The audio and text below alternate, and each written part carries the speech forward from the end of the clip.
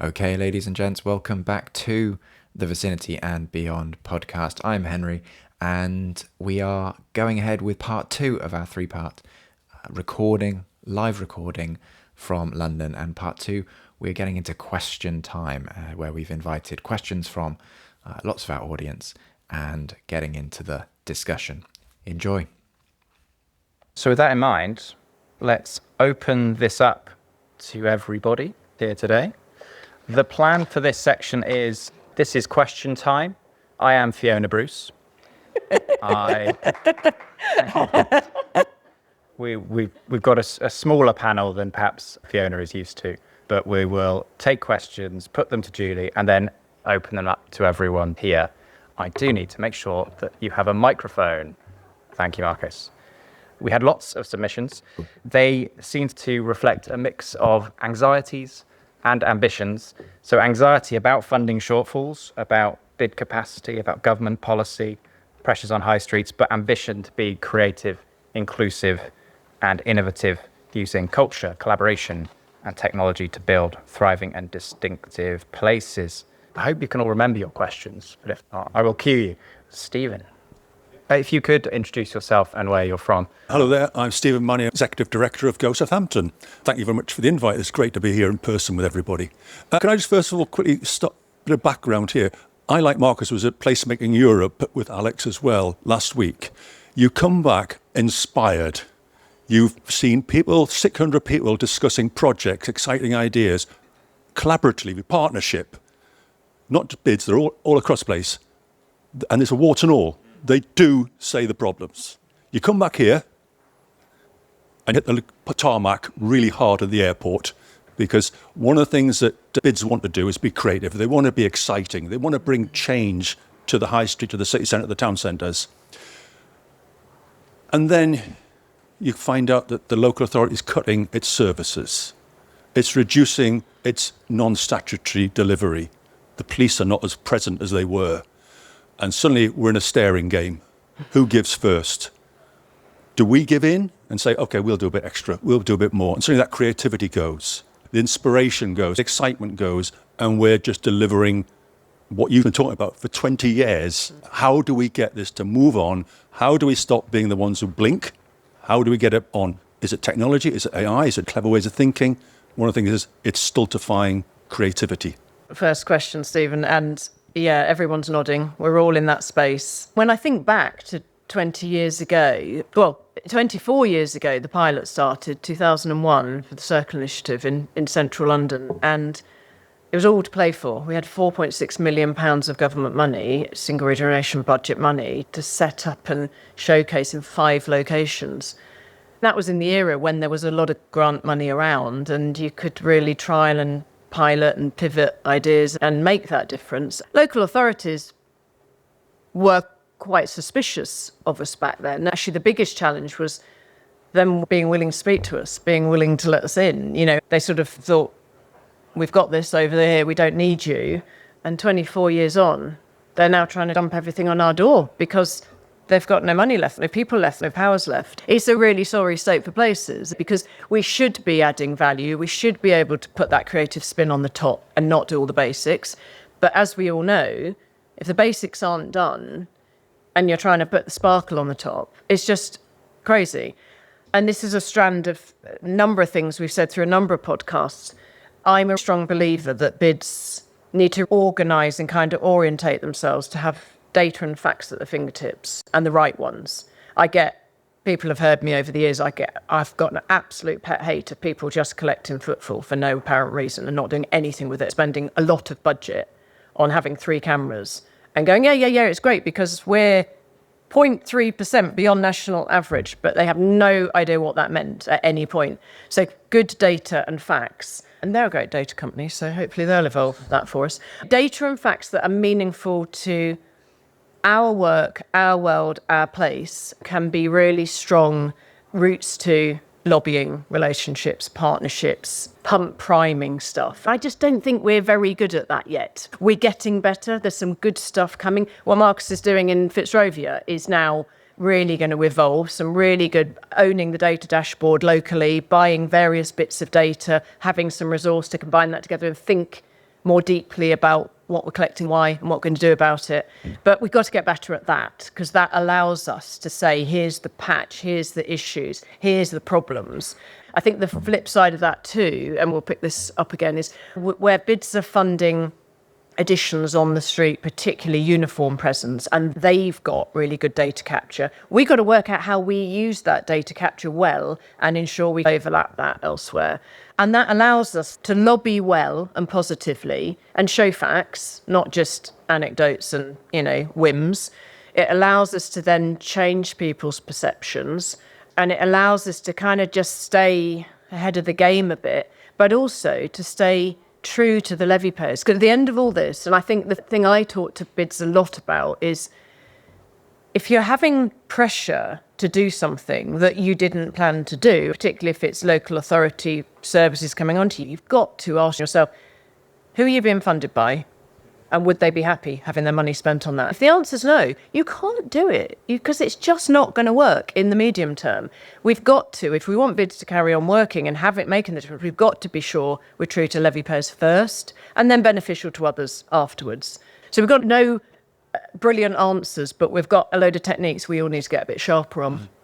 And so last time when we spoke about this, we left it on the position of fix your boundaries as a bid with your local authority. This is what we do, as opposed to letting them set them for you. Would you still hold to that advice, or has things moved on? It's one of the projects that I've done in the last year, which has been quite hard going, but really, really positive now. In central London, for Heart of London Business Alliance, Herbert, they're within Westminster City Council. I've done a baseline project with them called Baseline Plus. We've got a whole load of services out on the street now that absolutely do deliver close to or actual statutory service, but not really sufficiently recognised and acknowledged. If they weren't there, there would be open gaps. So we were trying to sort of show, here's the council services, these are the things you're delivering, here's the statutory bits, here's the gaps. We're not doing it to challenge you and bash you, we're going, here's the reality, here's all the things we're doing. For example, in Herbert's safety regime,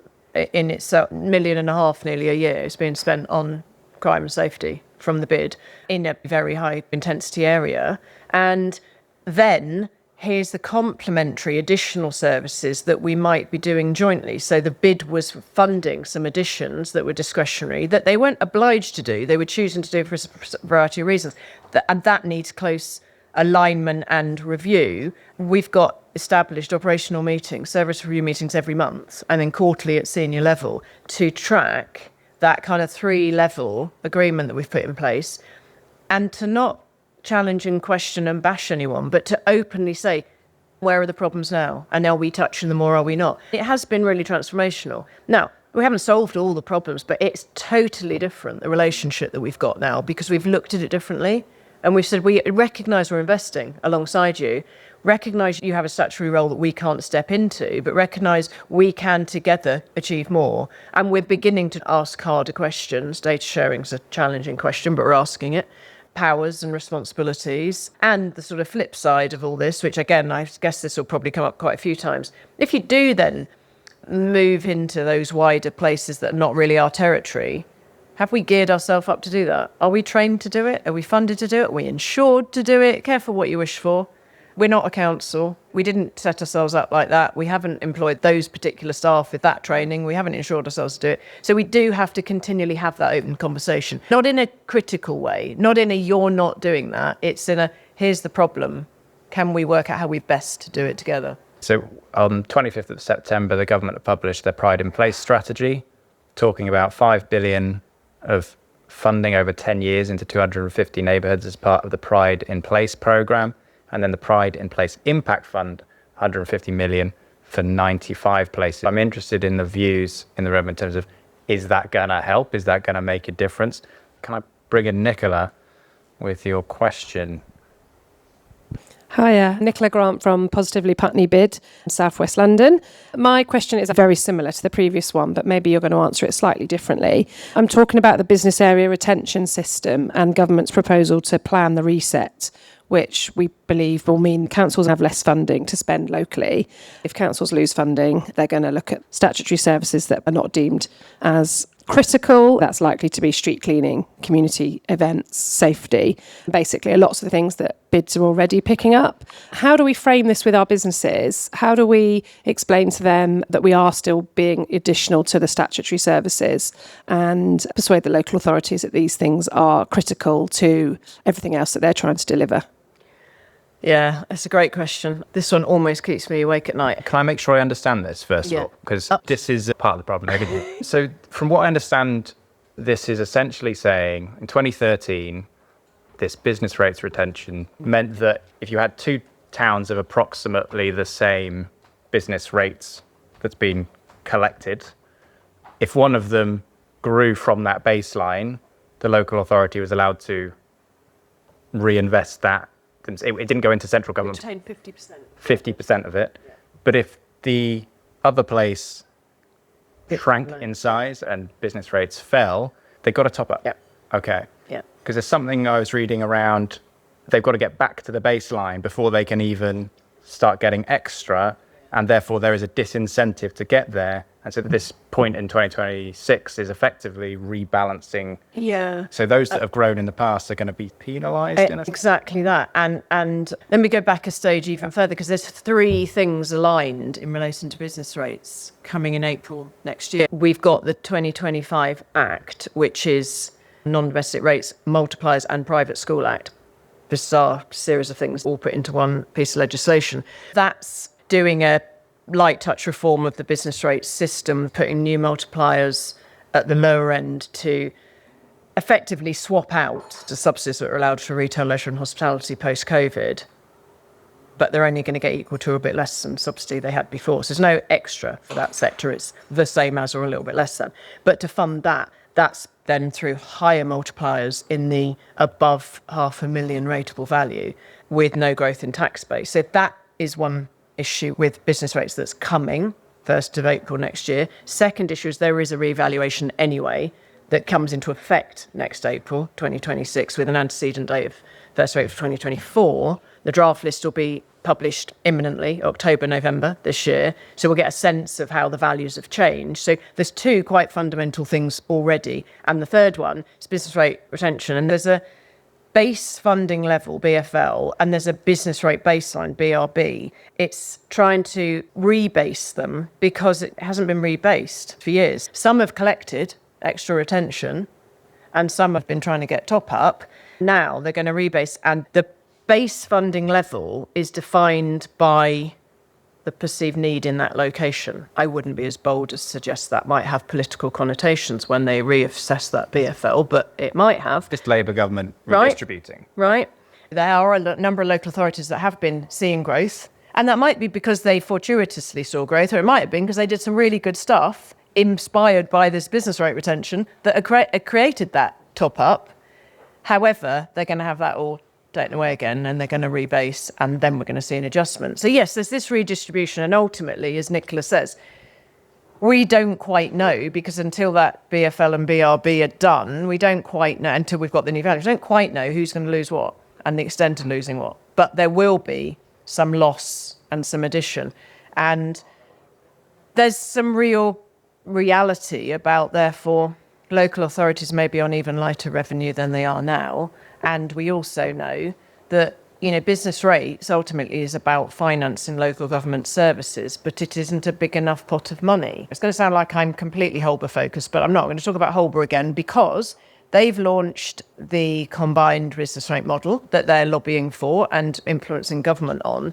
And they're recognising that if when that new higher multiplier and lower multiplier comes in, all the big cities, and particularly central London, is really, really, excuse my technical term, screwed, because the business rate cost to those higher businesses is as much as 30% higher than now, and that's without a rateable value change. So there's huge concern about the potential uplift coming next April, and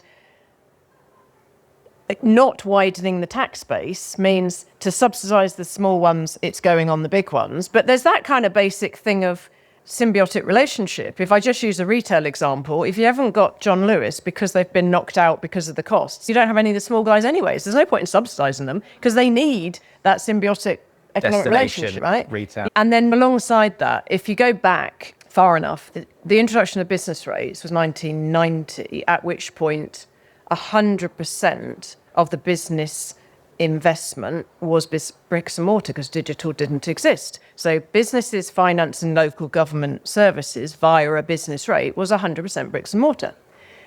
Over the period since then, digital's ramped up to such an extent, and particularly in the UK compared to other locations, but they don't get sufficiently taxed in the same manner. There's been various conversations about it over the years. This is probably a topic in its own right for another podcast. The figures are really incredible on this and quite astronomical.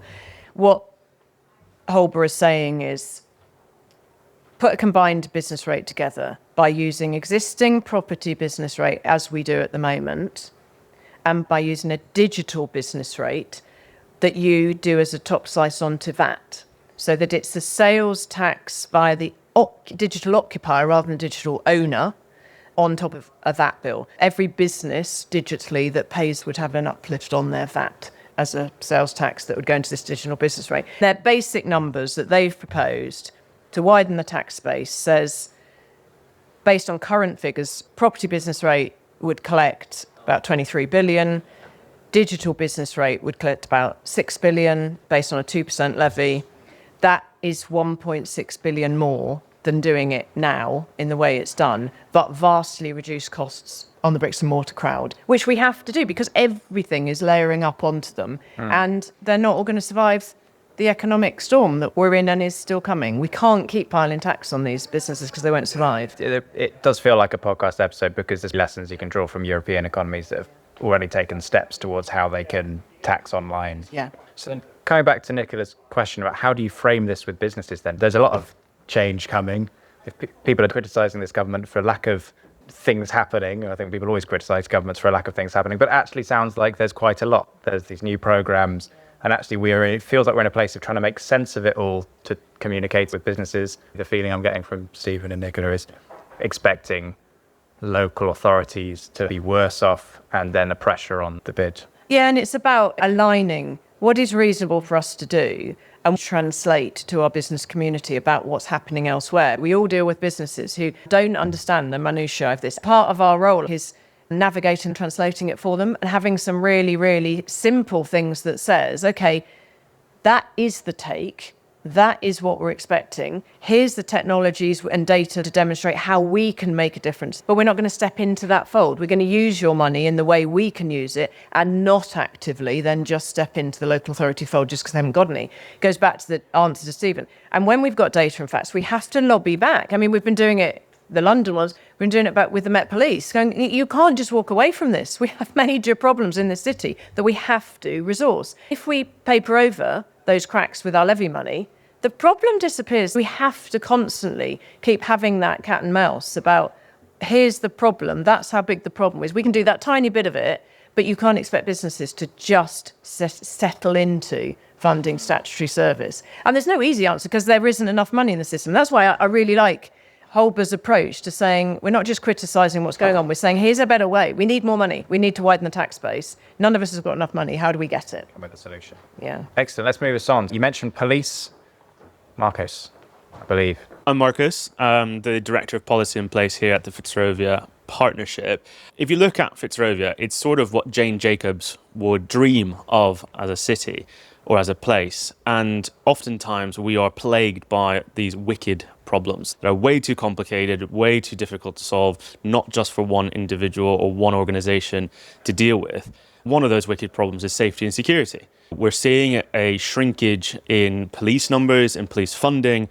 We're seeing reputation being tattered, I guess is the best way of saying it. Anyone who saw the panorama the other day will know. As bids, what we're doing is creating that symbiotic relationship to what Julie was mentioning. In London, we've recently signed an information sharing agreement to share that burden a little bit. But what can bids do in this space? What is our responsibility? What should we be doing? We have wardens that patrol the streets and engage with our rough sleepers, engage with our retail, engage with our members. But frankly, should we be doing that? Is that our responsibility? Is that what it was originally 25 years ago? Yeah. Should we, because the next question is around collaboration from Sophie, should we bring that? That would be a good one to tackle together. Okay, so I've got a bit of a comment. I'm head of place for British Bids, newly in the role, so please don't throw anything at me just yet. Mine's around partnership and collaboration, which are not optional in place, and I think we mentioned that. It's the difference I see between short-term projects and long-term change. With the new Pride in Place programme released last week, it's clear that strategies and the funding will only go as far as they can, but without collaboration and partnership, places will only ever succeed with people that are around the table.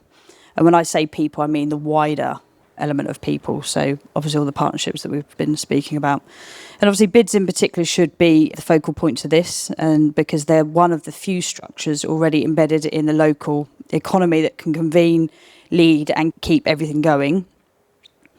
But that's only if we wholly embrace partnership beyond the levy in terms of the businesses that pay all of our levies. How do we ensure bids and place partnerships where we are not in locations are empowered to lead the collaboration and partnerships in place and be trusted as the driving force for change rather than just another voice in the room? God, you two aren't making it easy for us, are you? I was in an event yesterday where I talked about we were once a very civilised and advanced nation with a huge amount of infrastructure and resource, and we were doing a really great job.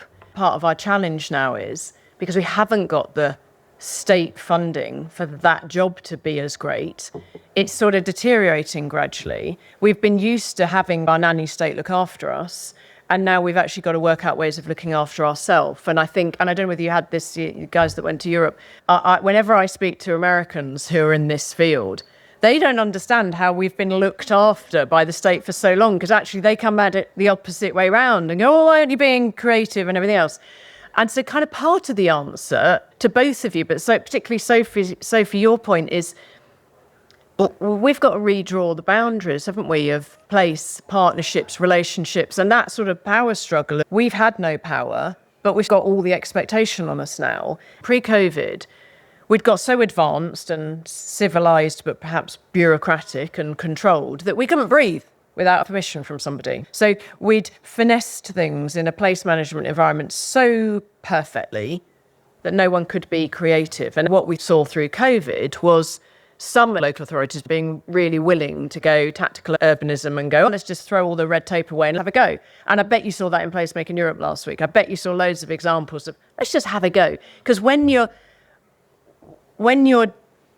kind of down on your luck and a place is struggling, you'll try anything. Well, when you've been up here and everything's been great and you're seeing deterioration, it's quite hard to let go and change. One thing that bids are doing brilliantly is saying, let us show you a different way. Let us have a go at something. Like Fits and Sits in Fitzrovia, we're here and you and I were very involved. It has been a great example of 9 locations around the area through the London Festival of Architecture using young designers to put stuff on the street for a temporary installation. And let's just see what happens and let us kind of prove that these things can be done rather than get into long, protracted processes that just get everyone so stuck that you never actually do anything. It comes back to when I tried to get you to be a bid manager for the day, how difficult that was. There's permissions over permissions and ultimately a local authority saying, well, you're not anyone really because you haven't got any power and we have to approve everything. So that balance sort of comes back to my earlier point. We have to show ourselves better. We have to show ourselves with data, with facts, with confidence, with credibility, with professionalism,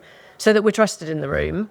We have to go in with a professional stance, not an attacking stance, because as soon as you get into attack mode, everyone closes the door on you. If you come in a professional mode, they open the door. I used to do it back in the day. We used to do an annual Proud Projects event and awards. I loved what that inspired in everyone, which was to shout about all the brilliant things they were doing. We'd do awards, but then we'd also put it back to everybody, so everyone would get the whole dossier of projects. It constantly was showing everybody in the industry what you can do, how far you can go. Often tiny, one-off feasibility projects cause people to pivot, not just the bid themselves, not just the businesses, but everyone in the place. And we have to be those groundbreaking people. We have to be the pioneers that are prepared to take risks, to be challenging, to do the things that no one else can quite do, either because they're controlled or because they're restricted.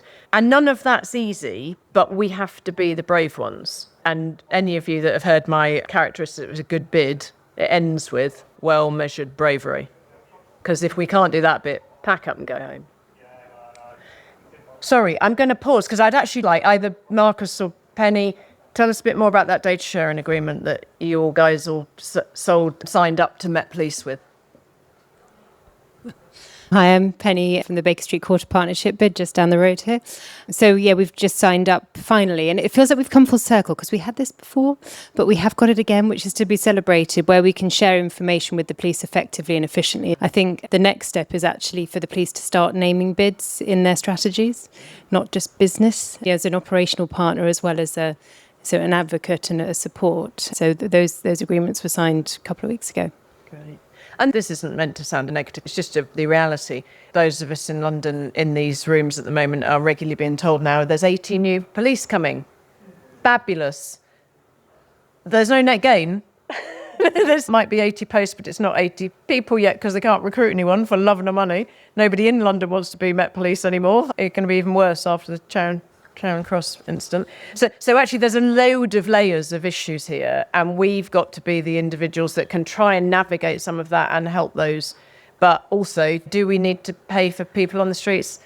I mean, sadly we do, don't we? In so many places, I'm very aware that board members sometimes will say, when they look at their mix of spend and they've got a third of their entire budget being spent on effectively private security on the street, we shouldn't be doing that. If we didn't, these problems would be so big, we couldn't do anything. We have to do some of that. And that's a really difficult space. The thing I'd always say back is that you need to be sure you're geared up to take it on and not get so bogged down you fail to do anything else. It must only be part of... I mean, Fitzrovia, we've had this conversation multiple times. We've got 5 bobbies on the street, effectively, through My Local Bobby. We could put 5 more on, but we'd have no budget left to do anything at all. Couldn't employ Marcus, which would be a disaster. So you have to know what's worth doing, but how far to go. And don't spread so far that you fail to do a diversity of things. We must keep pushing on multiple things, not one.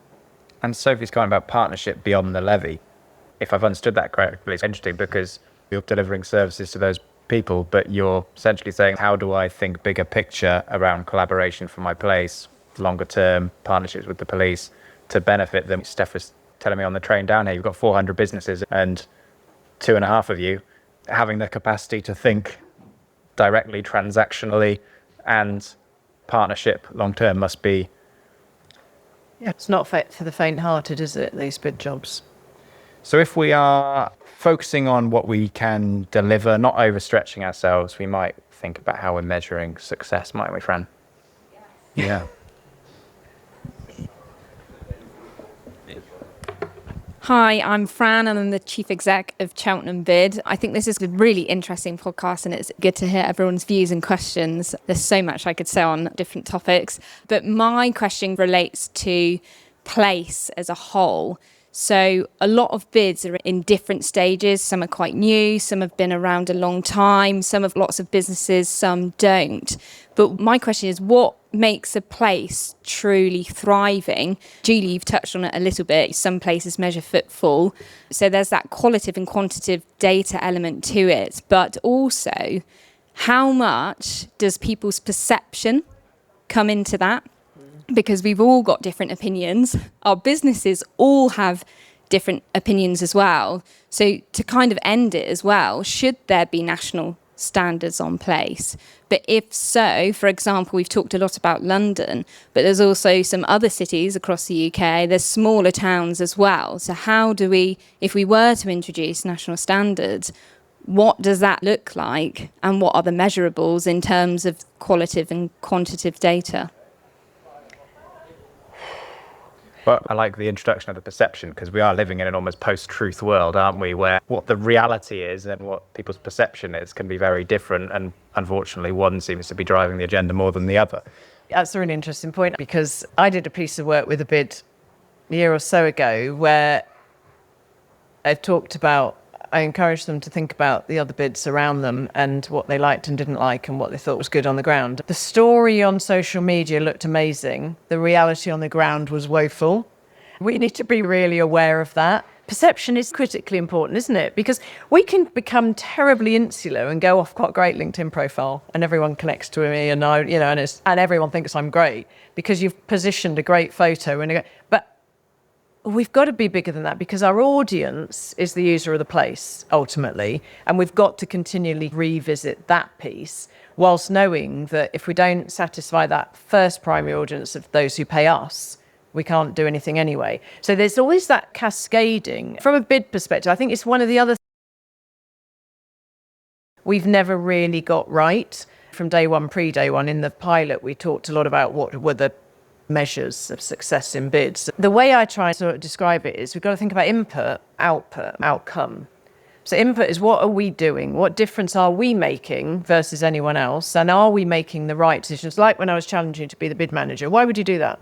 Who suggested you do that? What was the need? Is that the right thing, or are you doing it because your neighbour in bid did it?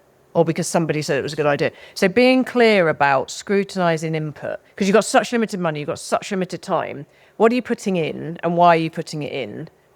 And what will that get out? And how will you measure it? And what difference will it make? And that sort of talks to the voice of the levy payer that says, what are you all about? Well, you haven't made any difference to me. I did that and it achieved that. And obviously, and you're in this category a bit, Fran, if there's a perception that you're just a retail bid, those indicators are the whole business spectrum, not just retail. And that's, I think, quite an issue for lots of town centres. Medium to larger town and city centres tend to perceive you as a retail bid rather than an entire place bid.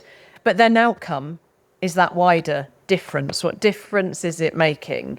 And what's the perception of the place? It's really easy to get so caught up in input that we forget to look at that output and outcome, and also forget to make the marketing, activation, animation difference that just drives footfall, drives actual trade. And some people across the bids are brilliant at going, they might have this, art and that, but how do we change culture in a place? How do we make trading different in a place? Ultimately, when we go back to the dinner party conversation of what bids are, my starting point is we're trying to make a difference in a place. We're trying to increase trade and or reduce cost of businesses for the benefit of the economic well-being of the place. If we're not doing that, let's rethink. Should we be doing some national standards? Well, as an industry, we should be better at this. The national standards piece is quite a challenge because when you think about purple flag, I'm not going to be critical of it, Lisa. Purple flag is, in the industry, fantastic in aligning people to think through how do you bring those partnerships together for a nighttime economy management scheme. But does any customer know that you're in a purple flag area? No, they don't. We need to be sure we're measuring things. We need to consider whether there are variables, because what Fitzrovia would do is not what Cheltenham would do. As an industry, we'd need to think through what that looks like and align our local authority colleagues with it. If they're asking and expecting us to do this, why? Why are we doing that? How does that fit with us? How does that fit with the businesses? And it comes back to, we're the advocate of the voice of business, aren't we? So if we understand our businesses and what they need, and we understand either that sector's thriving because of these things, or that sector is absolutely falling on its knees because of all these things, we need to be the voice of that. And that was one of the things that we started with so strongly at the beginning of the pilot. How do we understand and corral the voices of business to influence policymakers at local, regional and national level? We're actually thinking about this quite a lot at the moment. On Monday, I was lucky enough to be invited by the Governor of the Bank of England to meet the Chief Economist for the UK at the Bank of England. Thank you very much. To discuss how towns and cities and the data that we have available give the bank some kind of indication of are long-term trends in our economy about to change or not, to give them a kind of early warning sign. So they're interested in this as a perspective of what can our towns and cities and high streets tell us about our economic health as a country. How we form national standards of place health.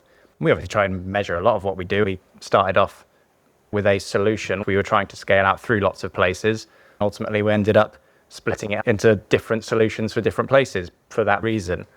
The purple flag's an interesting example, whether you can have, for those places that are focused on that activity, a kind of standard. So not everyone might be looking at how do we improve the health of our nighttime economy or safety of our nighttime economy, but there's other benchmarks you can put in place for that kind of activity. It almost feels like you need a toolkit of different types of measures for different types of activity that places could pick the ones they're doing.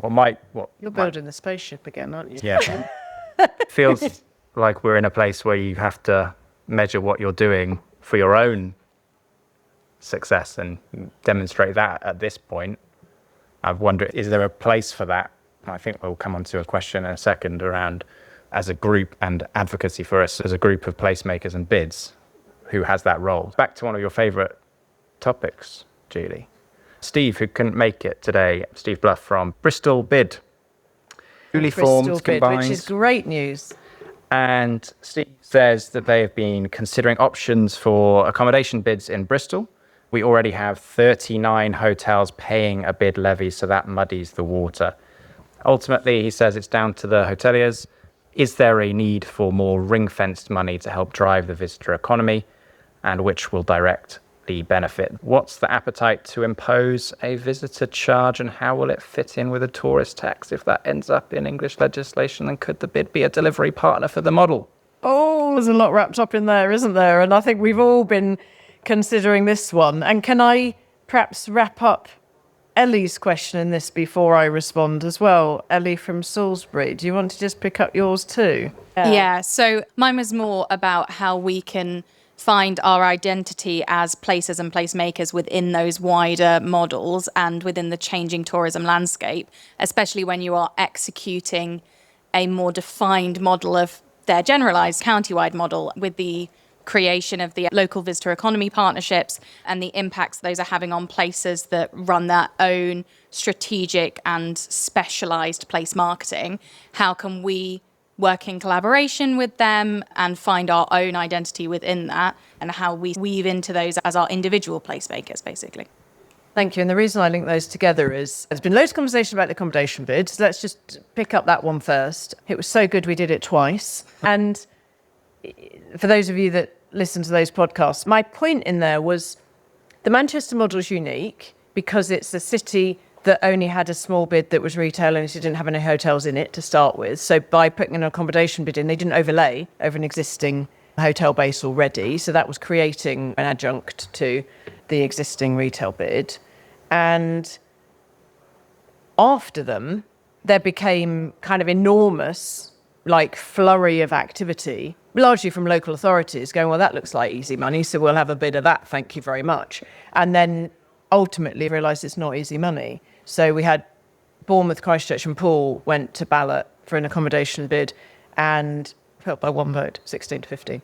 And went to challenge. And then Cambridgeshire, out of Cambridge bid, but Cambridgeshire then went for an accommodation bid with about 35 or 37 hereditaments, failed, quite significantly failed on that one, demonstrating that perhaps the hotels in those patches, when it's a relatively small constituent, like Fran's just launched her ballot today, 728 votes, good luck us.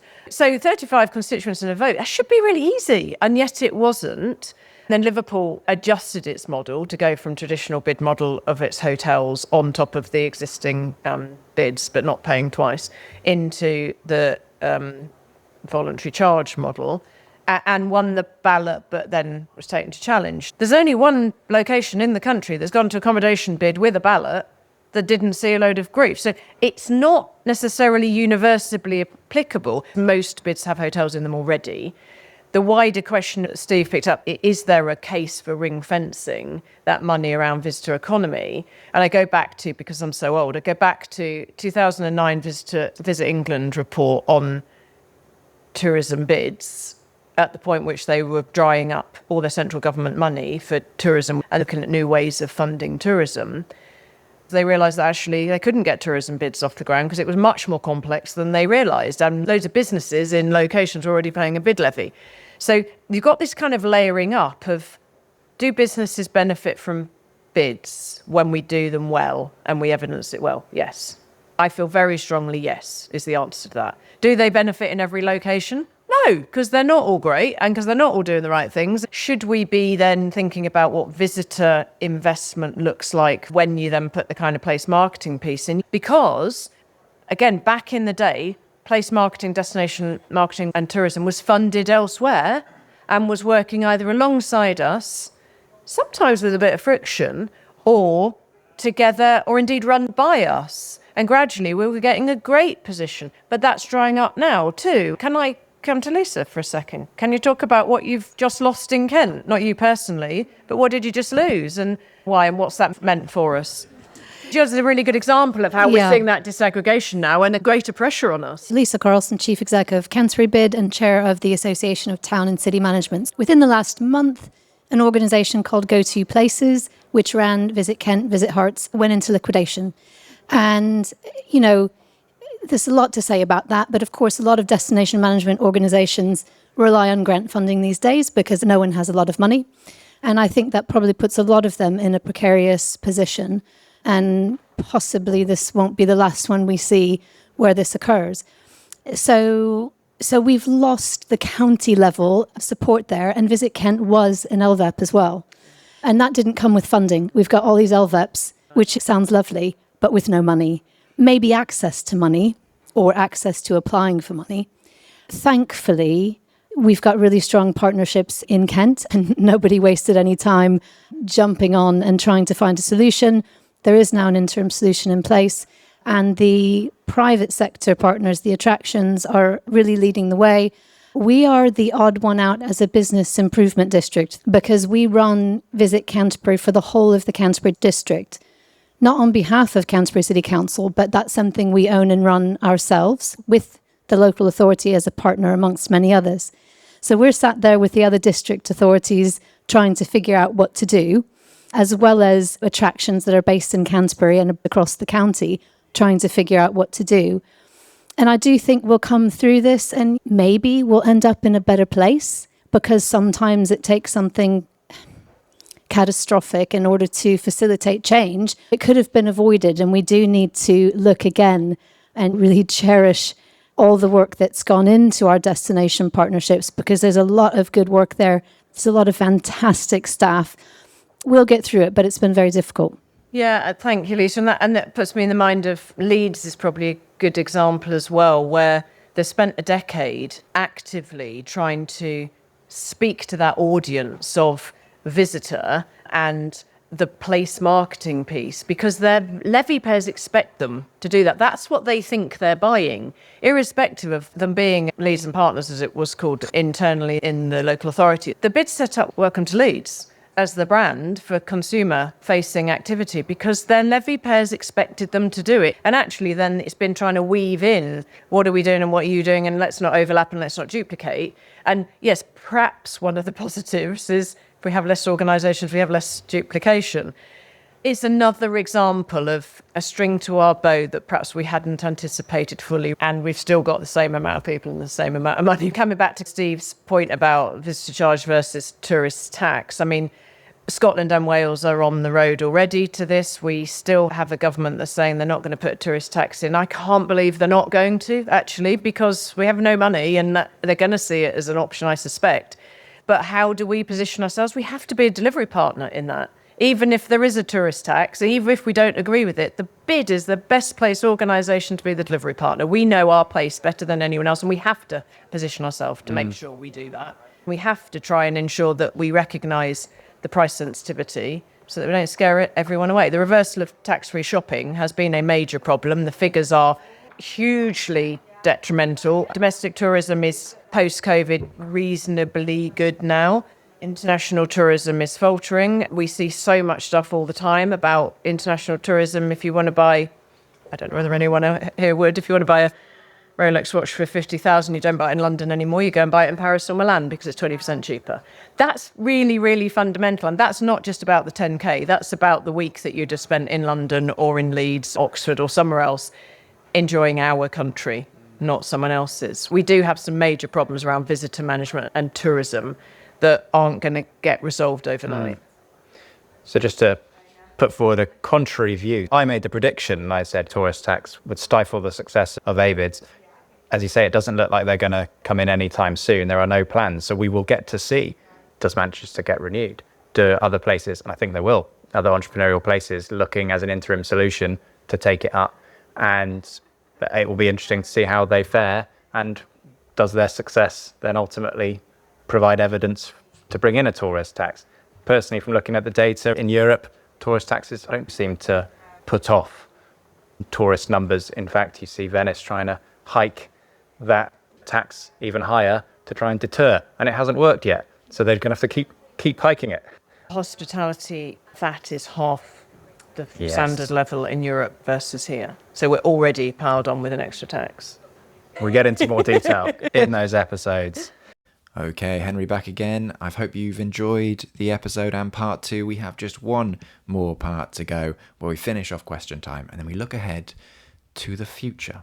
Thank you very much for listening and stay posted, subscribe so that you don't miss part 3.